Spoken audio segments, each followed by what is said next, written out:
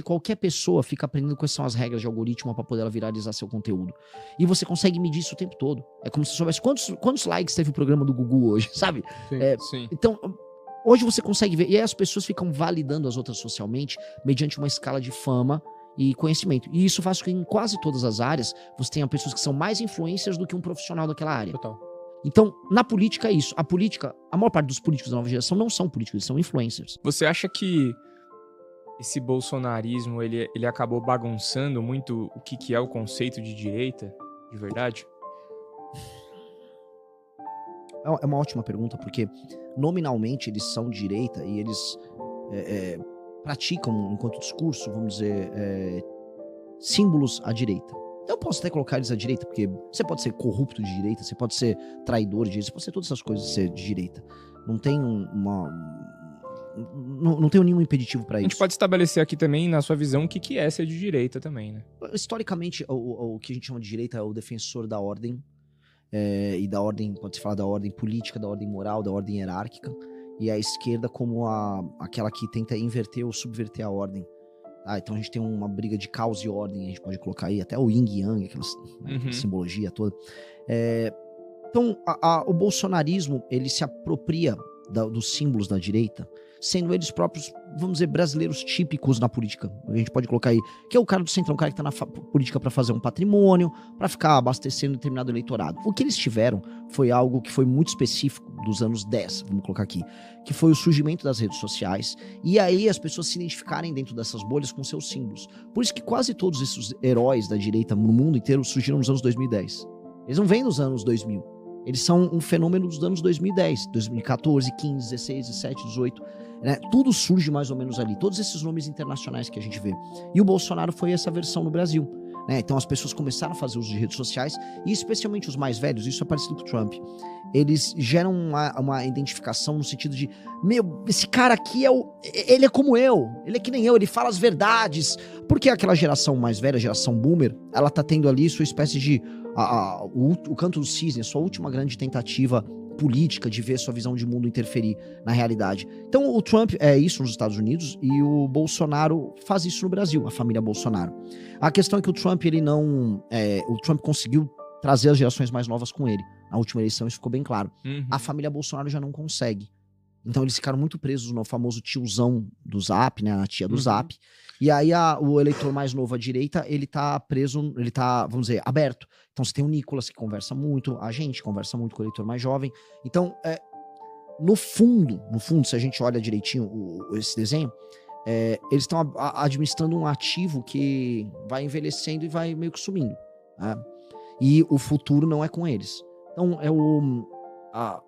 eles vão abdicar, a meu ver, dos símbolos mais óbvios de direita, porque eles querem viabilidade eleitoral, será a campanha do Flávio, e eles estão completamente absorvidos naquilo que a gente chama de centrão, que é o PL, né? É um partido bilionário, você tem uma estrutura que toda eleição tem mais de 1 bilhão, né, à disposição. A cada 2 anos eles torram 1 bi, e todo ano são centenas de milhões de fundo partidário.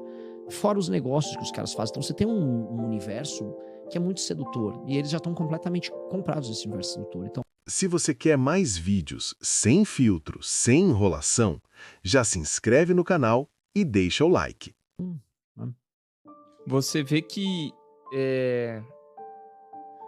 com o tempo, né, os discursos dos candidatos, essa ideologia, essa coisa mais rede social, essa coisa mais viral, você acha que a gente tem hoje um papo muito mais raso do que a gente via na política antes dos anos 10, aí vamos dizer assim, antes das redes sociais? Porque eu vejo que eles usam muito do artifício hoje de uma conversa mais fácil, né?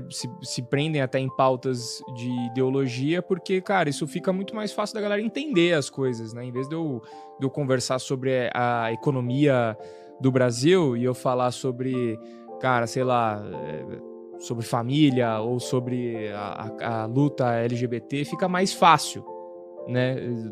Dos índios. E como que você vê isso? Você acha que o negócio foi ficando um pouco mais raso e mais indo para esse lado da ideologia mesmo? Vamos botar assim, a distribuição da inteligência e do conhecimento, ela é desigual, né? Ela é como se fosse uma pirâmide. Portanto, a internet ela permitiu que exista espaço para tudo. Então, se eu quiser procurar discussões muito aprofundadas, como não havia até os anos 2000, eu vou achar coisas sensacionais.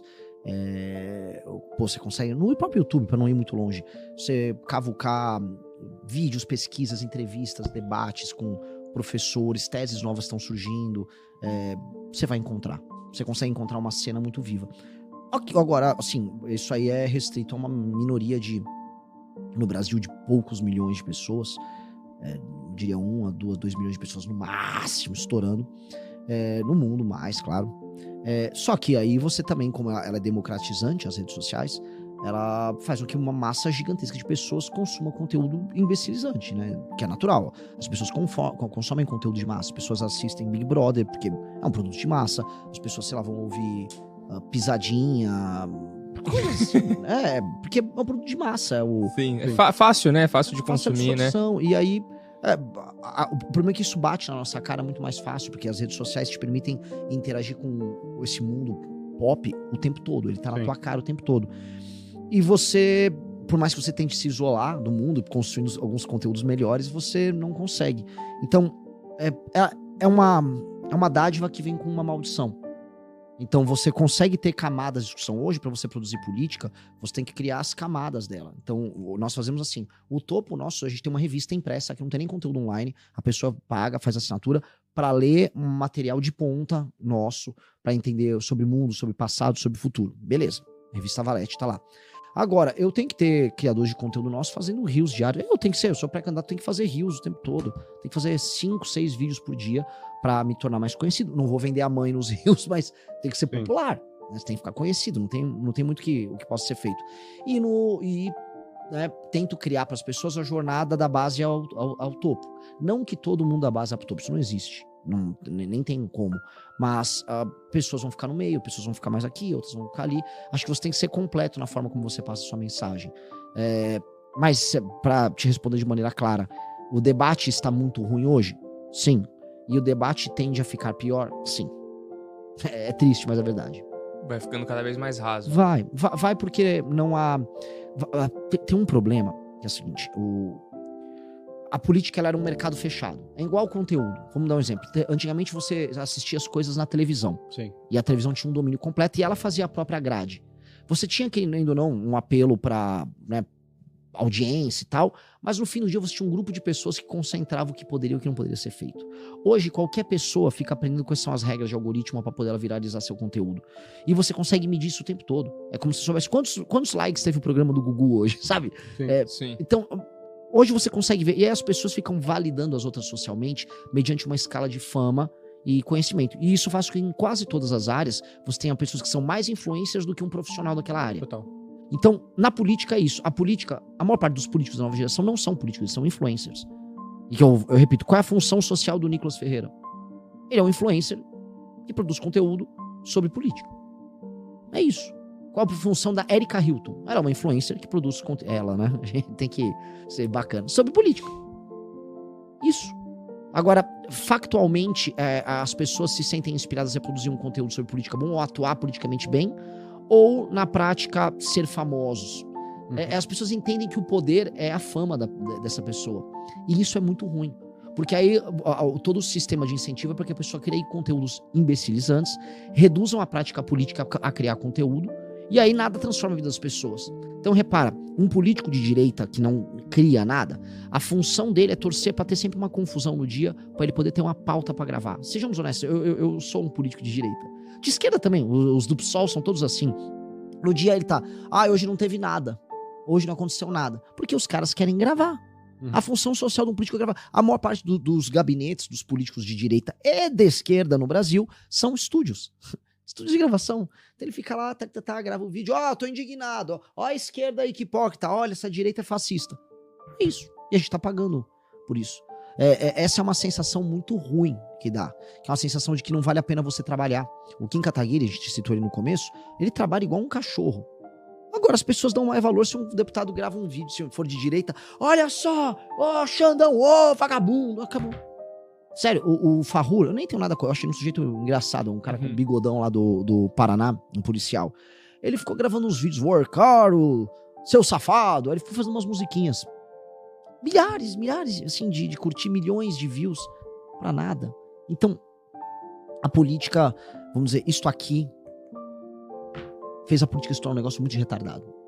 Muito. E a gente precisa mudar isso. A gente fala muito em reforma política pra mexer com corrupção, pra mexer com, com o impacto do centrão.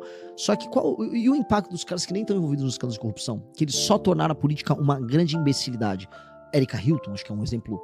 Imagina, você ir pra uma comissão da mulher só pra ser afrontosa. Ah, eu sou afrontosa, eu sou uma trans na comissão da mulher. Pelo amor de Deus, isso é muito estúpido.